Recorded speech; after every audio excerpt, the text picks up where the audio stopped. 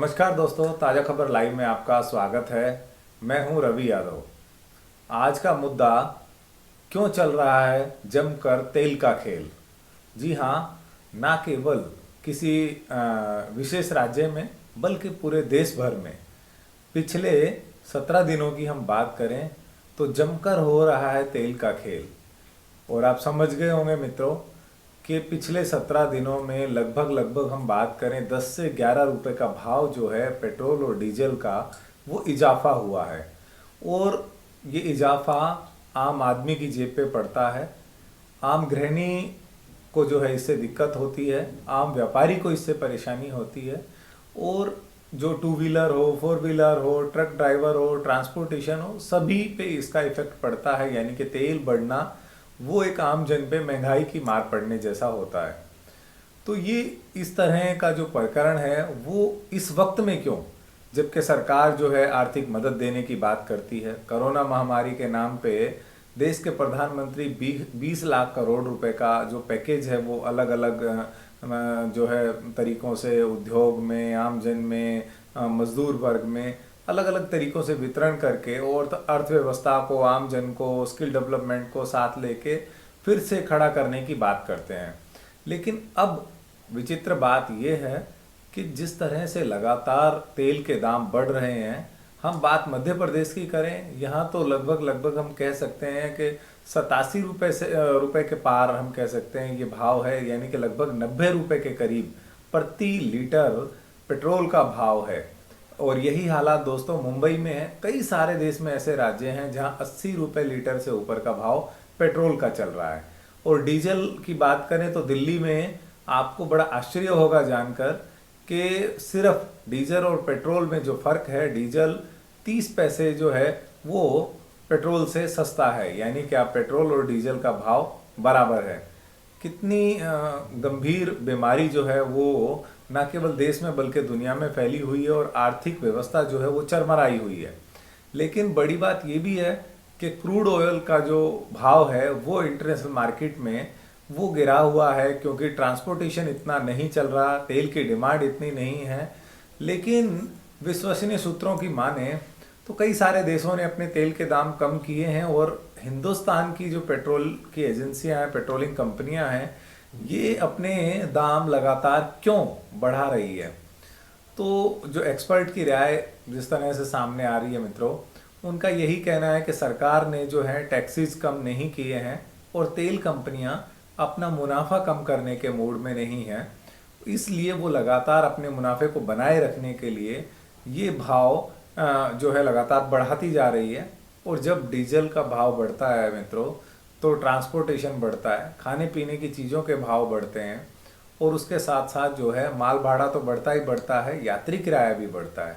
कई राज्य जो हैं वो अभी तक इसको रोके हुए हैं, हिमाचल हो, पंजाब हो, हरियाणा हो, यहाँ से कई राज्यों की सरकारों ने बयान भी दिया है कि किसी तरह का कोई किराया नहीं बढ़ेगा। लेकिन क्या सरकार को इस बुरे वक्त में आम जन के साथ नहीं होना चाहिए?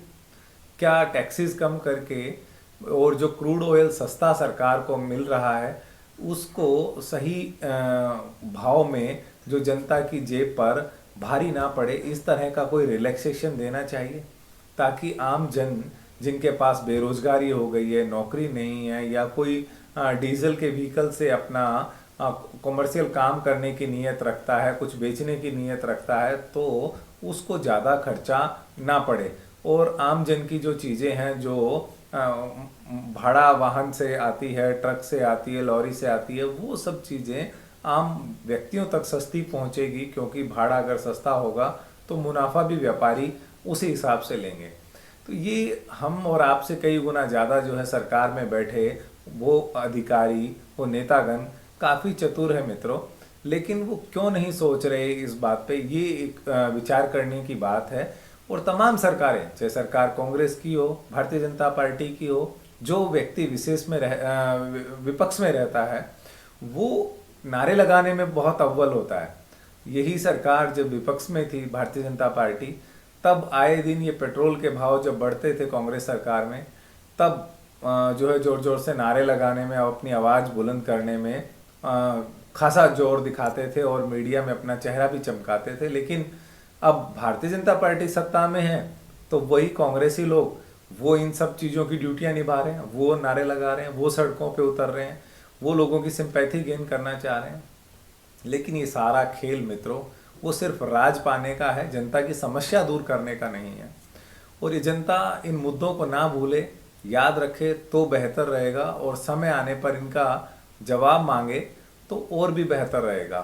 क्योंकि ये चीज़ें ऐसी हैं जो रोज़मर्रा की हमारी रेल की पटरी की तरह अगर इधर उधर उतर गई तो हम अपनी मंजिल पे कभी नहीं पहुंच पाएंगे। तो ये हमें तय करना चाहिए कि क्या सही है, क्या इंटरनेशनल मार्केट में भाव है, कौन कितना मुनाफा ले रहा है, क्या जो बड़ी बड़ी चंद तेल कंपनियां हैं वो कॉरपोरेट लोगों की जेब भरने के लिए आम जन की जेब से पैसा निकाला जा रहा है।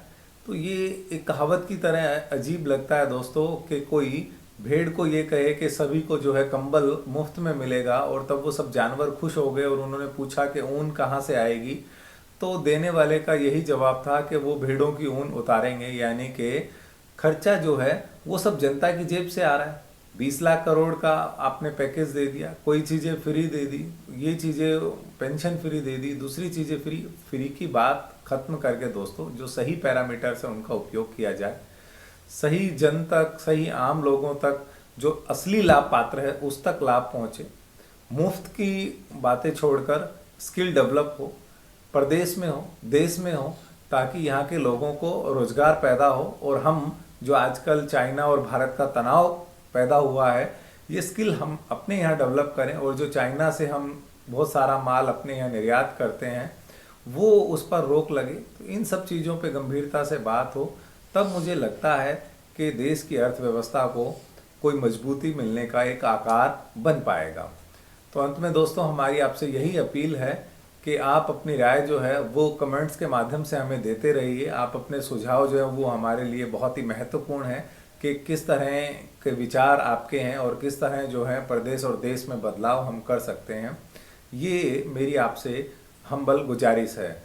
और साथ ही साथ अपना प्यार आप बनाए रखें, चैनल को सब्सक्राइब करें, लाइक करें, बेल आइकन को दबाएं ताकि हमारे नोटिफिकेशन आप तक पहुंचे, और अपने चाहने वालों को ज़्यादा से ज़्यादा ये खबरें दोस्तों शेयर भी करें। नमस्कार।